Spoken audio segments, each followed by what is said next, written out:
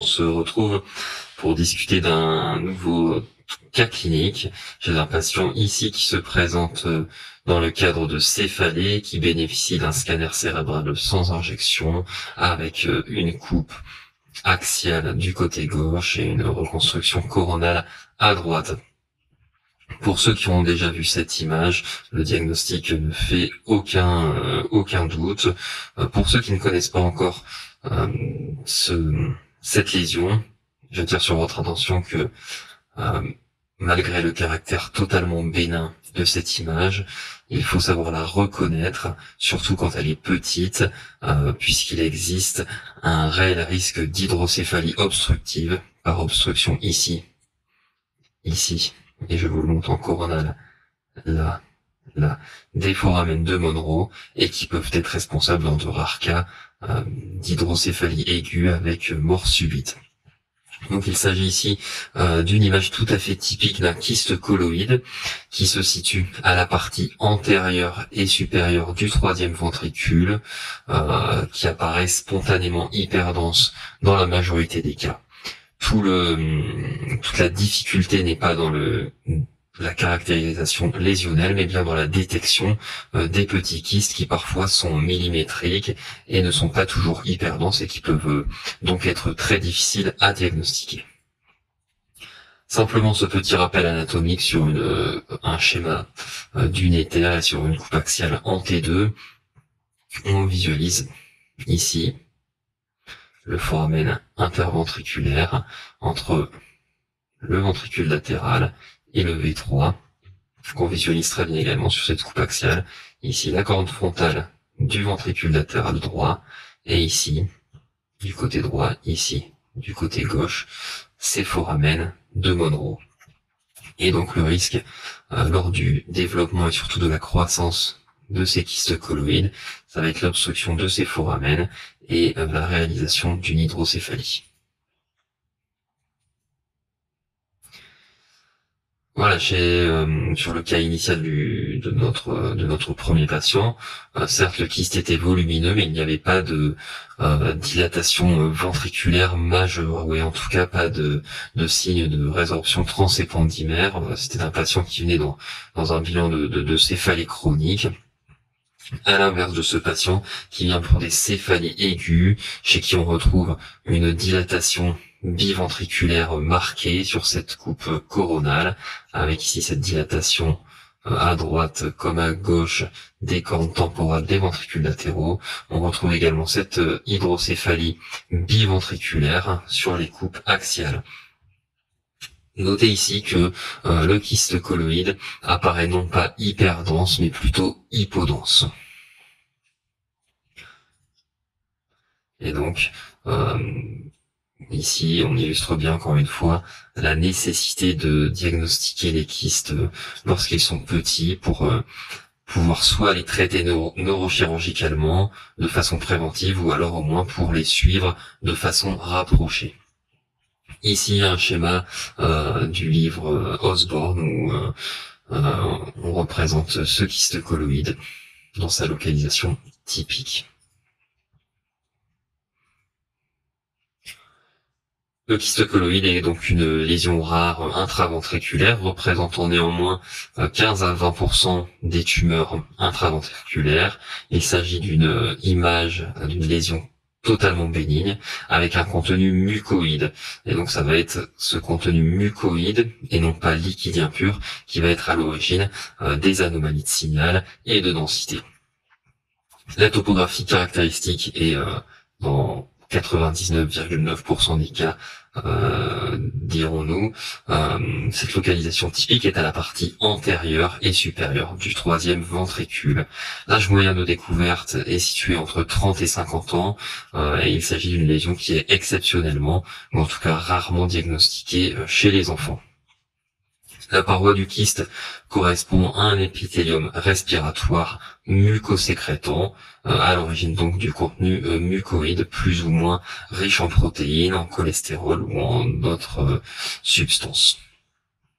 Cliniquement, pour les petits kystes non obstructifs, la découverte va être le plus souvent fortuite chez un patient qui va être asymptomatique ou alors présenter des céphalées chroniques, mais a priori sans lien avec le kyste puisque sans hydrocéphalie. Mais on l'a vu, dans certains cas, il peut se manifester de façon aiguë par la présence d'une hydrocéphalie aiguë, voire dans le pire des cas d'une mort subite. J'attire votre attention sur le caractère positionnel et bref des céphalées qui seraient en tout cas évocatrices. Et donc voilà, ce céphalée, caractère positionnel associé plus ou moins à nausées, vomissements, possiblement expliqué par des obstructions intermittentes des foraines antéro-ventriculaires, serait donc évocatrice. Voici ici sur une représentation macroscopique, on visualise ce kyste et on voit bien qu'il s'agit d'une substance non pas liquidienne, mais avec un contenu qui sera plus ou moins épais. Comme on l'a dit, plus ou moins riche en protéines, en cholestérol par exemple. En scanner, le plus souvent cette lésion donc sera dans cette localisation caractéristique qu'on a déjà détaillée, le plus souvent hyper dense, mais peut également être totalement isodense, rendant les détections un peu plus difficiles. En IRM, on peut observer différents aspects. Là également, un isosignal T1 ou un hypersignal T1. Même chose en flair, le signal est variable, parfois hyper intense, parfois iso-intense. La taille du kyste est très variable, on l'a vu. Dans nos exemples, les kystes étaient volumineux, mais toute la difficulté de détecter ces kystes quand ils sont petits et asymptomatiques. Après injection, il n'y a pas de prise de contraste du kyste colloïde.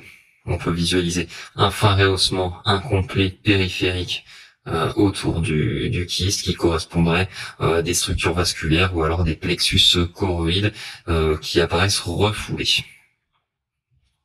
Vous voyez bien ici toute la difficulté de reconnaître ces kystes quand ils sont de toute petite taille. Ici sur la séquence T2, ce qui s'apparaît en hyposignal et de taille millimétrique. En flair, on le détecte à peine ici.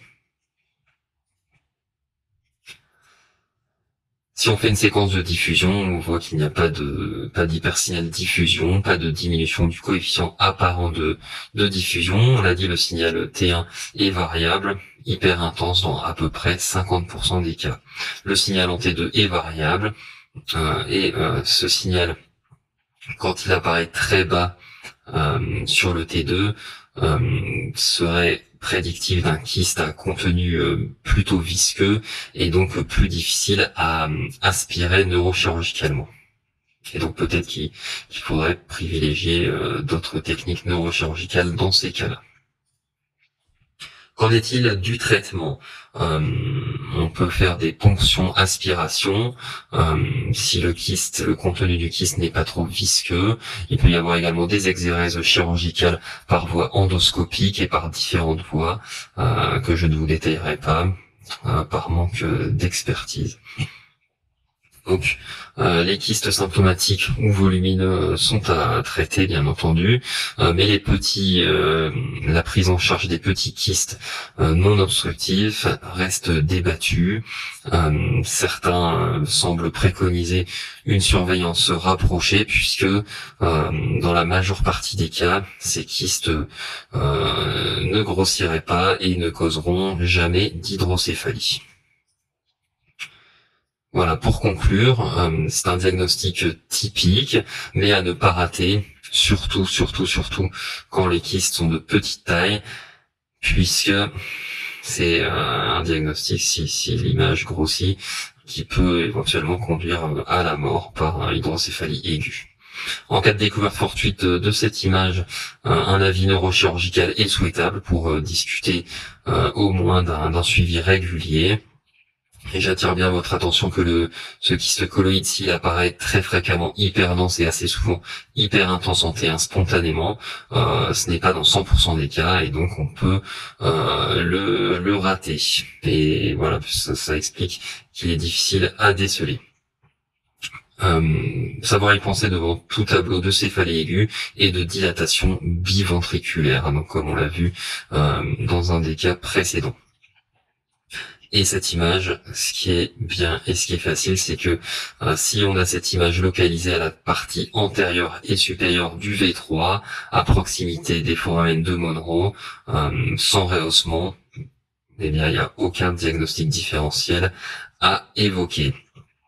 Voilà, j'espère que ce petit topo a pu vous apprendre quelques notions. Si vous avez des remarques, des commentaires, des critiques à faire, n'hésitez pas à m'en faire part dans les commentaires.